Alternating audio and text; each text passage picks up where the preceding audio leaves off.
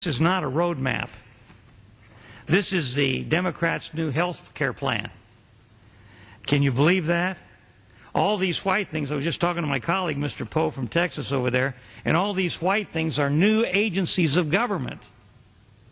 New agencies of government that we're going to have to pay for in order to take care of the health of the nation. Now, this thing is going to cost between $1 and $3 trillion over the next 10 years.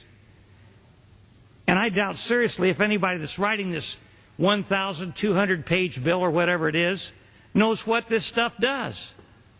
It's just crazy. Look at all these agencies. Look at the minefields that people have to go through to get to their doctor down there at the end to take care of their health care needs. Other countries that have used this kind of an approach ration health care for senior citizens. They ration health care for people that have certain kinds of diseases. They have to wait months and months and months for MRIs and other things that we would get very rapidly here in the United States because we have the highest quality of health care in the world. And so we're going to create a government bureaucracy, and I hope my colleagues back in their offices are looking at this because most of them haven't seen this. We're creating a government bureaucracy that looks worse than any federal highway system like in California. I mean, you can't even find your way around this thing. But that's not the worst of it. Since last October, this is how much money we've spent. $700 billion on the TARP program, which includes $54 billion for the auto bailout, which we really didn't need to do because they filed for bankruptcy anyhow. So that $54 billion was wasted. Who cares? That's just taxpayers' money.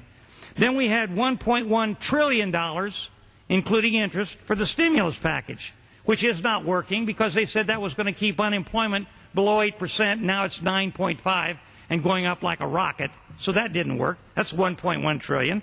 On the omnibus spending bill, we had $410 billion. The defense supplemental, $106 billion. Now, there may have been some necessity for that. The ship bill, $73 billion. The cap and trade, which is going to cost every family in this country between $1,000 and $3,000 a year in additional expenses for turning on their lights or putting gasoline in their car or getting gas to heat their house. And then this health care bill, $1 to $3 trillion. And I'll tell you, it is going to be a lot more than that. Let me tell you a little story, my colleagues who may be paying attention.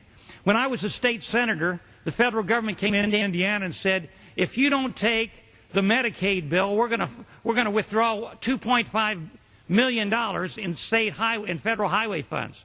They were blackmailing the state of Indiana into taking the Medicaid program by saying that we were going to lose $2.5 million if we didn't take it. And I went to the Senate floor and I said, hey, it's going to cost us 10 times this amount of money if we do take Medicaid. I said it would cost about $25 million. Do you know how much that costs now? Between $1 and $2 billion a year. I was so far off it isn't funny. And this thing right here is not going to cost $1 to $3 trillion. It's going to cost trillions more than that.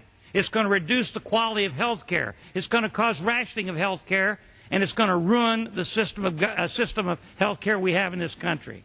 It's just a tragedy that this is happening. This administration is moving as rapidly as possible as they can toward a socialistic form of government. And everybody in this country ought to know it. They're trying to control and are controlling the investment business, the banking business, the automobile business, with cap and trade, the energy business, and now the health care business.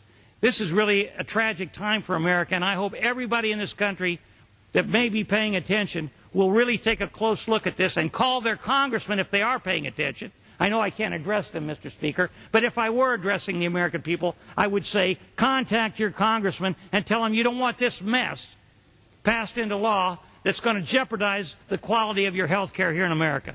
I yield back the balance of my time. Gentleman yields back. Mr. Moran, Kansas.